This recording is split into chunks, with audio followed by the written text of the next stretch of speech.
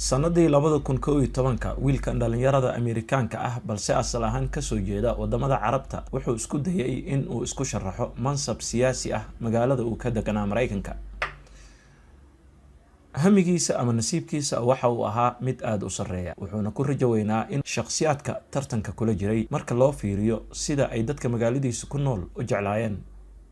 laakiin musiibo uusan filanin ayaa dhacday xilligii doorashooyinka taasoo dhanka kale u rogtay hamigiisii sareeyay.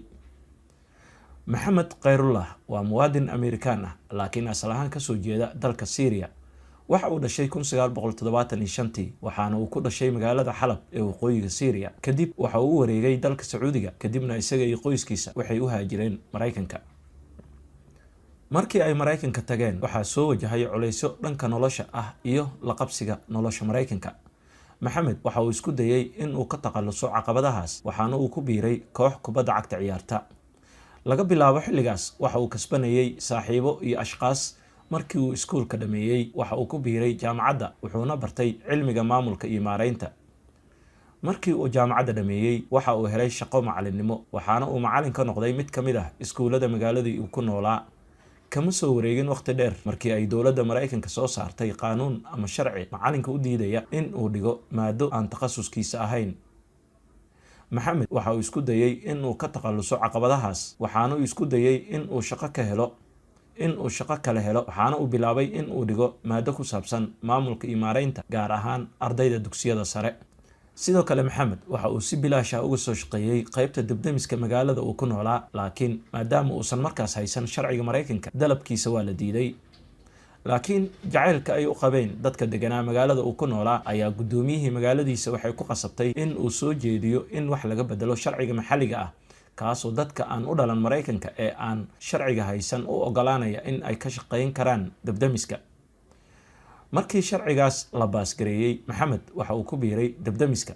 intaas kadib waxa uu sii waday dadaalkiisii ku doonayay in uu xubin uga noqdo maamulka magaaladiisa waxaana uu ka qayb galay doorashooyinkii Mareykanka 2001 ka dhacay waxaana uu kamid ahaa shakhsiyaadka ugu cadcad in ay ku guuleystaan. laakiin xilligaas waxaa dhacay weerarkii 9/11 September kaasoo gilgilay suuradda dalalka Carabta iyo Muslimiinta. laakiin Maxamed isma dhiibin xilligaas waxaana uu isku aadistay xulufo iyo jaaliyadda Muslimiinta magaaladii uu ka deganaa Mareykanka kuwaasoo habeenii maalin u shaqeynayay in ay fasir wanaagsan ka bixiyaan suuradda Muslimiinta iyo Carabta ku nool Mareykanka.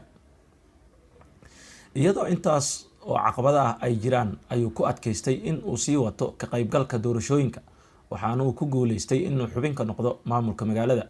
sanadkii 2005 waxa iscasilay duqii magaalada uu ku noolaa Khayrullah. intaas kadibna golaha deegaanka ayaa Maxamed u magacaabay in uu bedelo oo uu noqdo duqa magaalada Brookside ee New Jersey. inuu noqday duqa magaalada Brookside kaliya kuma istaagin guulaha Maxamed Khayrullah balse waxa uu kursigaas ku fadhiyay muddo 15 sano ah.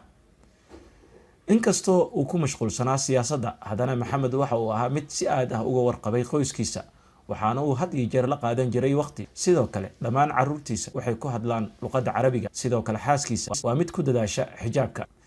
Maxamed ma ahan mid ilooway xaaladda uu ku sugan yahay waddankiisa hooyo ee Syria waxaana uu qayb ka noqday hay-ado gargaar waxaana u safray waqooyiga Syria qayb ayuuna ka noqday u gargaaridda shacabka ay saameeyeen dagaalada. nala wadaag fikirkaada sideed u aragtaa hal adeega Maxamed iyo in uusan quusan. fikirkiina noogu soo hagaajiyay qaybta commentiga sidoo kale like saar muuqaalkan lana sii wadaag asxaabtaada. mahadsanid.